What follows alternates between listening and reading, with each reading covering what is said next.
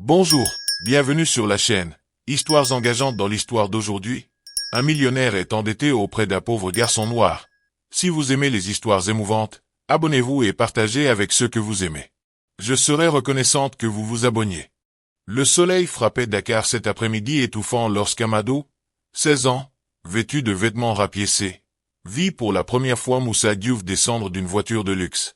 La dette qu'un homme comme lui a envers moi est bien plus grande que l'argent qu'il transporte, pensa Amadou, tandis que son cœur battait d'un mélange de colère et d'espoir. Il ne savait pas que cette pensée allait changer non seulement sa vie, mais aussi celle de Moussa. Moussa Diouf, un magnate de 55 ans, incarnait le succès. Né dans un village modeste, il avait bâti un empire, mais au prix de sacrifices et de choix discutables. Ce jour-là, en visitant le quartier de Médina pour négocier un terrain, il ne remarqua même pas le regard ardent d'Amadou. Pour lui, ce garçon n'était qu'un parmi tant d'autres, invisible.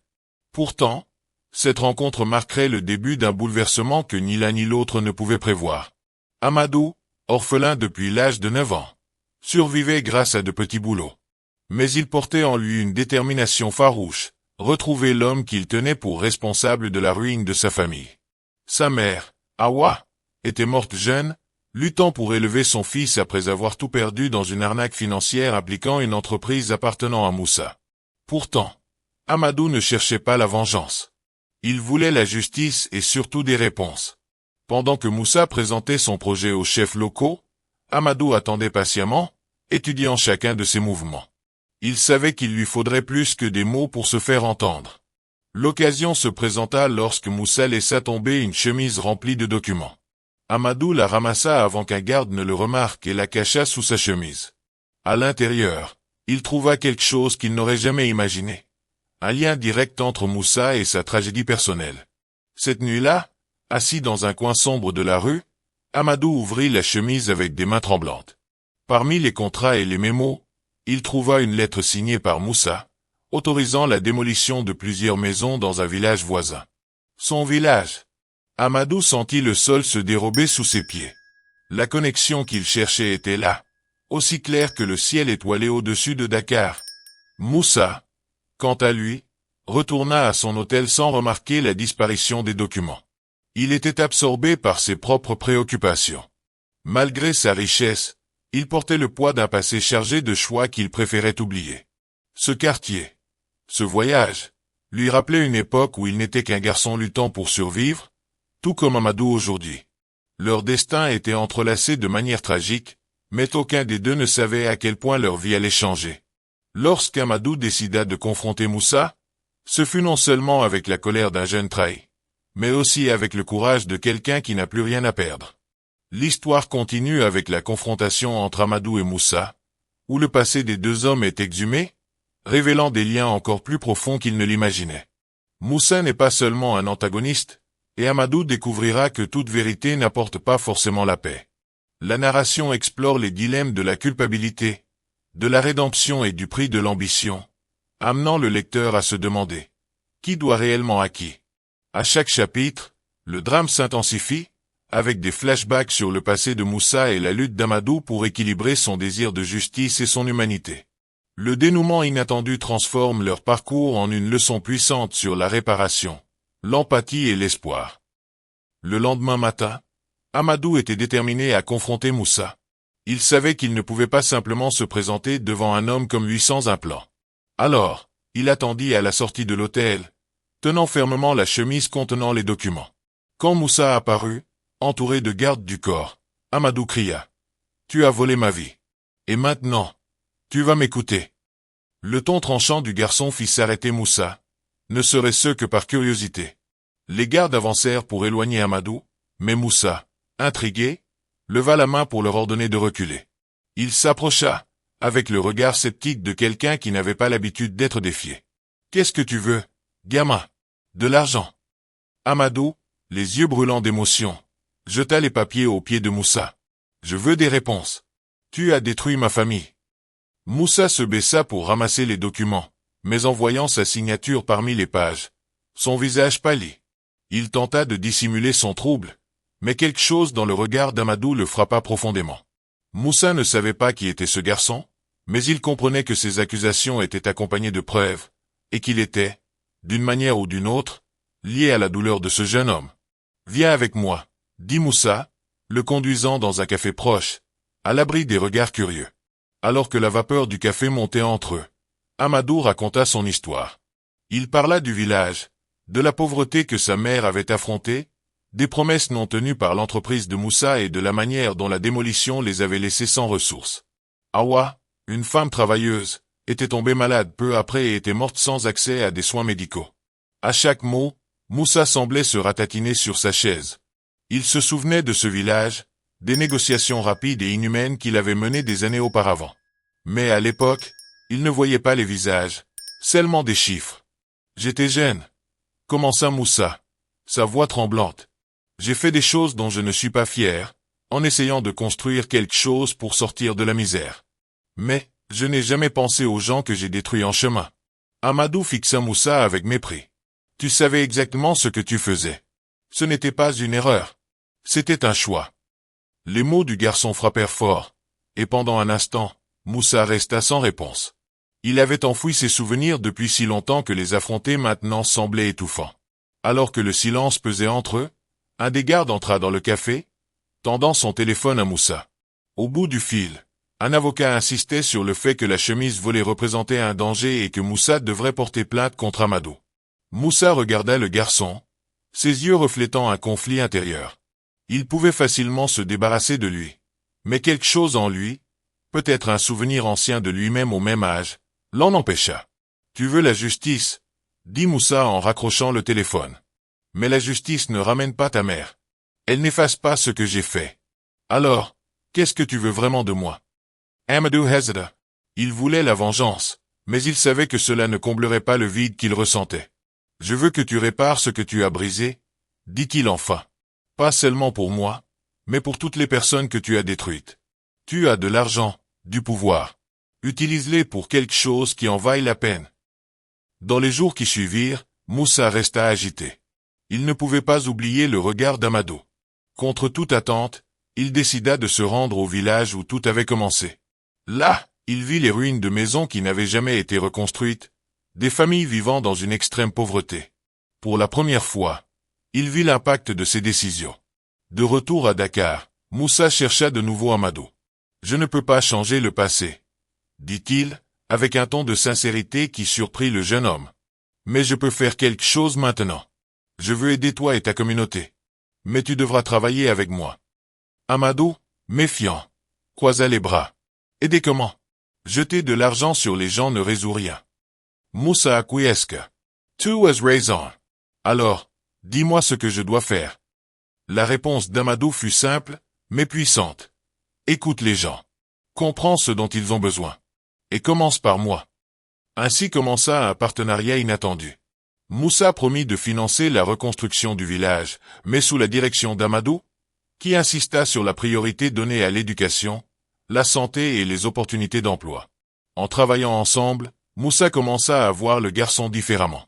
Il n'était pas seulement une victime, il était quelqu'un doté d'une force et d'une vision que Moussa n'avait jamais eue dans sa jeunesse. Cependant, le passé ne reste jamais enterré bien longtemps. Pendant les travaux de reconstruction, des rumeurs sur d'autres activités illégales menées par Moussa refirent surface.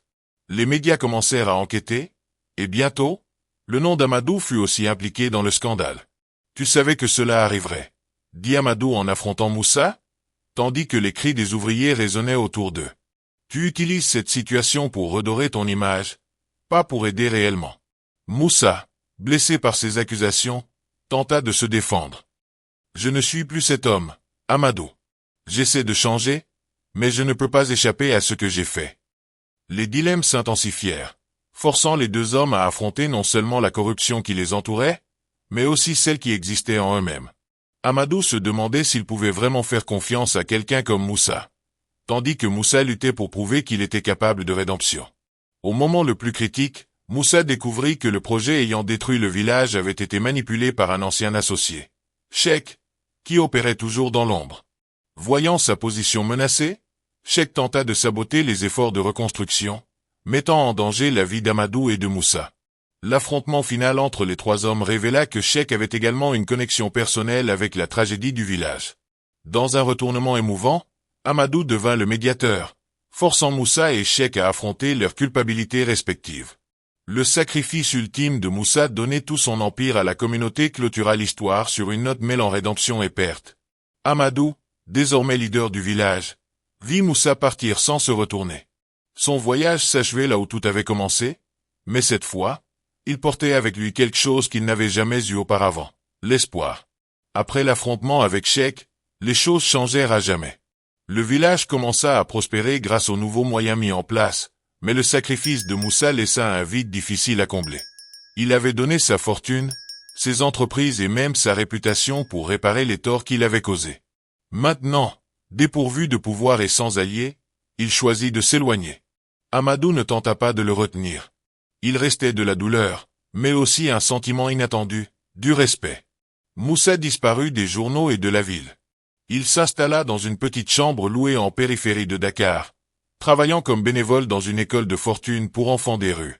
Là, il trouva un but simple mais noble. Il enseignait les mathématiques, montrait comment planifier de petits projets et aidait les jeunes à rêver d'un avenir meilleur. Quelque chose qu'il n'avait jamais eu dans son enfance. Pour la première fois, il sentit qu'il faisait quelque chose de véritablement significatif. Pendant ce temps, Amadou faisait face à ses propres défis. Malgré les améliorations, reconstruire une communauté était une tâche titanesque.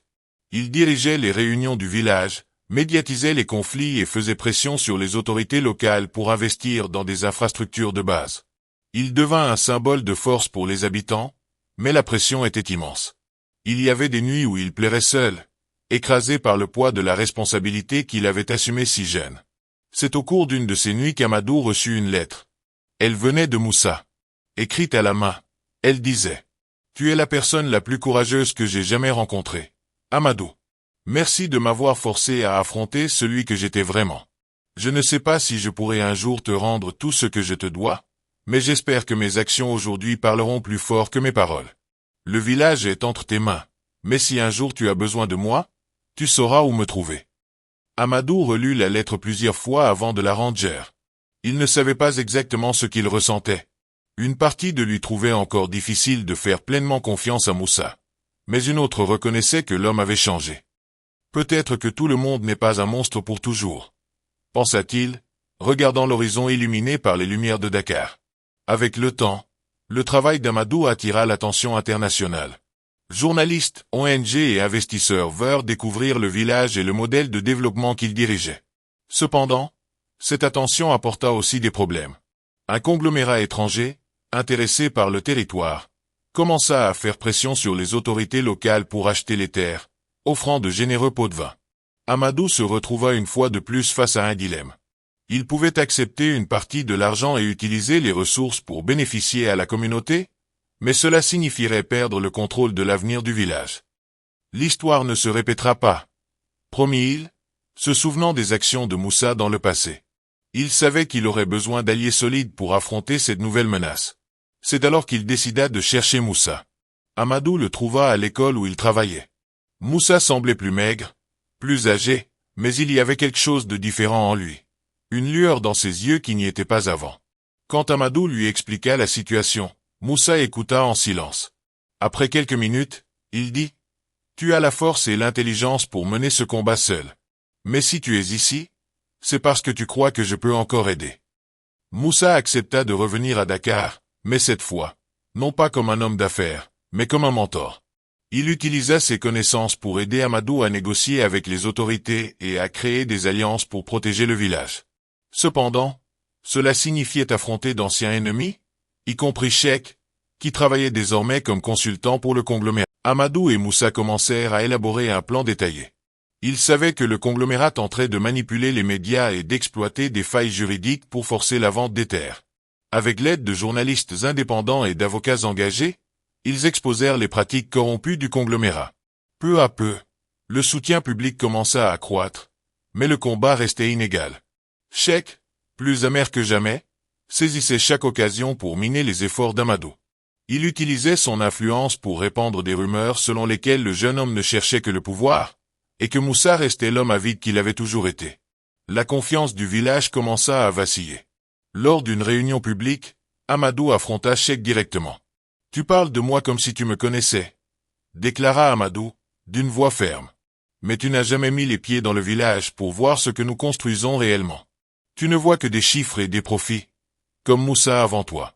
Mais lui, il a changé. Toi aussi, tu peux encore changer. » L'audience resta silencieuse, tandis que Cheikh, furieux, quitta les lieux. Moussa, qui observait à distance, regardait Amadou avec fierté. « Il est meilleur que je ne l'ai jamais été, » pensa-t-il. Malgré les obstacles, Amadou et Moussa réussirent à bloquer la vente des terres. Grâce au soutien populaire et à la pression médiatique, le conglomérat abandonna le projet. Le village était sauvé, mais cette lutte laissa des marques profondes sur les deux hommes. Moussa, en particulier, sentit qu'il avait accompli sa dernière mission. Il dit adieu à Amadou avec une poignée de main ferme. « L'avenir est entre de bonnes mains », dit Moussa avant de retourner à sa vie modeste. Amadou voulait le convaincre de rester, mais il savait que Moussa devait trouver la paix loin des projecteurs. 5 ans plus tard, Amadou dirigeait désormais un projet national visant à revitaliser des communautés défavorisées à travers tout le Sénégal. Le village prospérait, avec des écoles, des hôpitaux et de petites entreprises qui avaient transformé la vie de ses habitants. De Moussa, il ne restait que des souvenirs et la lettre qu'Amadou conservait précieusement dans un tiroir. Il ne le revit jamais, mais entendait parfois parler de lui. Un homme discret, aidant les jeunes dans les quartiers oubliés de Dakar. Dans la scène finale, Amadou visita la tombe de sa mère, déposant des fleurs fraîches. « Nous avons réussi, maman, » dit-il, les yeux remplis de larmes. Et, contre toute attente, même l'homme qui nous a détruits a trouvé un moyen de réparer ses erreurs. J'espère que tu l'as pardonné, car je crois que j'y suis arrivé. Il se releva et retourna au village, où des enfants jouaient dans des rues désormais pavées, riant sous le même soleil qui, autrefois, avait été témoin de sa douleur. C'était le début de quelque chose de bien plus grand que tout ce qu'il aurait pu imaginer. Après le combat initial contre le conglomérat, Amadou et Moussa commencèrent à reconstruire leur partenariat, encore marqué par la méfiance. Mais tout changea lorsqu'une tragédie frappa Moussa de manière inattendue. Sa fille cadette, Mariama, âgée de seulement 12 ans, fut diagnostiquée avec une maladie cardiaque rare. Le traitement était coûteux et risqué, et les médecins avertirent que le temps était compté. Moussa, qui avait donné la majeure partie de sa fortune pour réparer les torts du passé, n'avait plus les ressources financières qu'il possédait autrefois. Il tenta de demander de l'aide à d'anciens collègues, mais les rares qui ne le considéraient pas comme un traître lui tournèrent le dos. Désespéré, Moussa se tourna vers Amadou, admettant pour la première fois sa vulnérabilité. « Je ne sais pas quoi faire, » dit Moussa, d'une voix rauque et les yeux pleins de larmes. « Je t'ai déjà tant pris. Et maintenant je suis là à te demander encore plus. » Amadou resta silencieux un moment. Il se souvenait de sa mère, Awa, qui avait aussi eu besoin d'une aide médicale qu'elle n'avait pas reçue à temps. Son premier réflexe fut la colère. Pourquoi Moussa méritait-il l'aide qu'il n'avait jamais pu offrir à sa propre mère? Mais en regardant Mariama, une fillette effrayée et fragile, quelque chose en lui changea. « Elle n'est pas responsable de tes erreurs, » pensa-t-il. « Je vais l'aider, » dit finalement Amadou. « Mais tu dois comprendre que je ne fais pas ça pour toi. Je le fais pour elle. » Amadou utilisa son réseau de contacts, construit pendant la revitalisation du village, pour trouver un spécialiste en cardiologie capable de traiter Mariama. Lorsqu'ils découvrirent que l'unique hôpital disposant des ressources nécessaires se trouvait dans un autre pays, Amadou n'hésita pas. Il mobilisa la communauté pour collecter des fonds et donna même une partie des ressources destinées au village pour couvrir les frais de l'opération. Moussa, profondément ému, tenta d'argumenter. « Tu n'as pas besoin de sacrifier ton village pour moi. » Amadou répondit avec fermeté. « Ce n'est pas pour toi, Moussa. C'est pour ta fille. Elle mérite une chance, comme n'importe quel autre enfant. » Pendant le voyage pour le traitement, Mariama se rapprocha d'Amadou. « Mon père parle beaucoup de toi, » dit-elle avec un sourire timide. « Il dit que tu es l'homme qu'il aurait voulu être quand il était jeune. » La phrase surprit Amadou. Il n'avait jamais imaginé que Moussa l'admirait, mais la sincérité de Mariama le toucha profondément. L'opération fut un succès, mais non sans complications. À un moment critique, les médecins annoncèrent qu'il fallait d'urgence un donneur de sang compatible. Moussa ne pouvait pas donner pour des raisons de santé, mais Amadou, en entendant cela, se proposa sans hésiter. Par chance, il était compatible. Plus tard, lorsque Mariama se réveilla, Amadou était à son chevet. Elle lui prit la main et murmura. « Tu m'as sauvé la vie. » Moussa, en voyant la scène, sentit un poids sur son cœur. Pour la première fois, il comprit l'ampleur de ses erreurs et la grandeur de la générosité d'Amadou. « Tu n'as pas seulement sauvé ma fille, » dit Moussa d'une voix basse. « Tu as sauvé ce qu'il restait de moi. » Le retour au Sénégal fut marqué par un mélange d'émotions. Mariama était sauvée, mais la décision d'Amadou d'utiliser les ressources du village provoqua des tensions parmi les habitants. Beaucoup ne comprenaient pas pourquoi il avait choisi d'aider la fille d'un homme qui, pour eux, restait un symbole d'oppression. Amadou affronta les habitants lors d'une réunion publique. Sans peur. J'ai choisi de sauver une vie parce que, pour moi, peu importe qui elle est ou d'où elle vient. Si nous voulons être une vraie communauté, nous devons valoriser la vie avant tout. Ces paroles divisèrent les opinions, mais semèrent une graine de réflexion. Pendant ce temps, Moussa ne resta pas inactif. Il commença à travailler en silence pour rendre le sacrifice d'Amadou. Utilisant les contacts qu'il possédait encore, il obtint de nouveaux fonds pour le village, cette fois sans arrière-pensée. Il finança également des initiatives dans d'autres communautés, restant à l'écart des projecteurs. Quelques mois plus tard, lors d'un événement organisé par le village, Moussa monta sur scène, un geste qu'il n'avait pas fait depuis des années.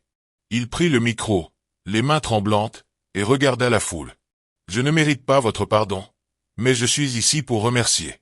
Remercier l'homme qui a sauvé ma fille et m'a donné une nouvelle chance de bien faire. Amadou n'a pas seulement sauvé Mariama, il m'a redonné quelque chose que je pensais avoir perdu à jamais, l'espoir. » Amadou, dans le public, sentit ses yeux s'embuer. Il n'avait jamais cherché la reconnaissance, mais voir Moussa reconnaître publiquement ses erreurs fut un moment de rédemption. Non seulement pour l'ancien magnate déchu, mais pour tout le village. Des années plus tard, Amadou et Moussa étaient devenus des figures centrales d'un mouvement national pour la reconstruction communautaire.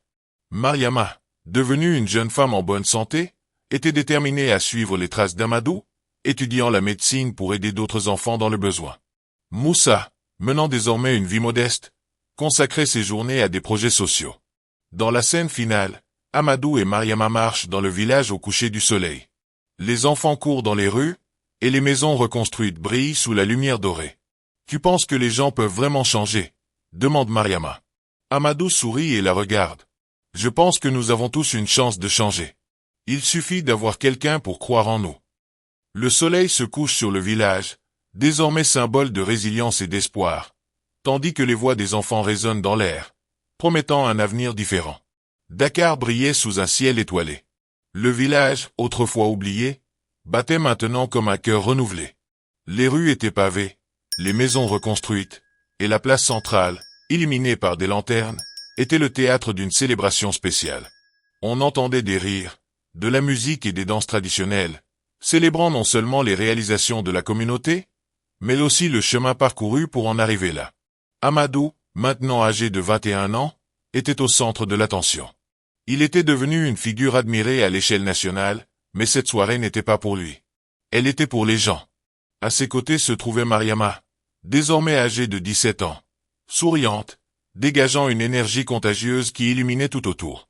Elle se préparait à entrer à l'université, déterminée à devenir médecin et à rendre au monde ce qu'elle avait reçu gratuitement, une seconde chance. Alors que la fête battait son plein, une silhouette silencieuse observait tout de loin, assise sur un banc discret près d'un baobab. Moussa, aux cheveux grisonnants et à la posture humble, contemplait la vie qu'il avait contribué à reconstruire, même tardivement. Il ne cherchait pas à être au centre de l'attention, cette soirée appartenait à Amadou. Mais son cœur était empli d'une joie qu'il n'avait jamais imaginé ressentir. Amadou, pourtant, l'aperçut. Il quitta le cercle de danse et marcha vers Moussa, lui tendant la main. « Tu ne peux pas rester caché éternellement, » dit-il avec un sourire. « Ce soir, cela te concerne aussi. » Moussa hésita. « Je ne mérite pas tout ça. Ce que j'ai fait dans le passé. » Amadou l'interrompit, posant une main sur son épaule. « Le passé compte, mais ce que tu as choisi de devenir compte encore plus. Aujourd'hui, tu fais partie de la famille de ce village, Moussa. Viens. » Les larmes aux yeux, Moussa se laissa entraîner par Amadou au milieu de la fête. Les gens le regardèrent, certains encore réticents, Mais Mariama apparut rapidement à ses côtés, lui prenant la main. « Sans toi, je ne serais pas là, » dit-elle doucement. « Et cela suffit déjà pour célébrer. » La foule commença à applaudir. D'abord timidement, puis chaleureusement. Moussa, le cœur battant à tout rompre, releva la tête pour la première fois depuis des années, ressentant quelque chose qu'il croyait impossible, l'acceptation. Alors que la musique remplissait l'air, Amadou monta sur une petite scène improvisée, gesticulant pour rassembler tout le monde. Ce village n'est pas juste un lieu. C'est un symbole de notre capacité à changer nos histoires, peu importe leurs difficultés. Chacun ici a rendu cela possible, et chacun de vous porte cette force en lui. Aujourd'hui, nous célébrons notre victoire, mais demain, nous continuerons à nous battre pour d'autres communautés qui ont besoin de cette même transformation. La foule cria son soutien, et Mariama l'enlaça. Moussa, observant depuis sa place, ressentit une fierté presque paternelle. Il savait que son véritable héritage n'était pas l'argent qu'il avait perdu, mais les vies qu'il avait contribué à sauver en commençant par celle d'Amadou. Le lendemain matin, alors que le soleil se levait à l'horizon doré, Amadou et Moussa marchèrent dans le village, regardant les enfants jouer dans les rues et les familles reconstruire leur vie.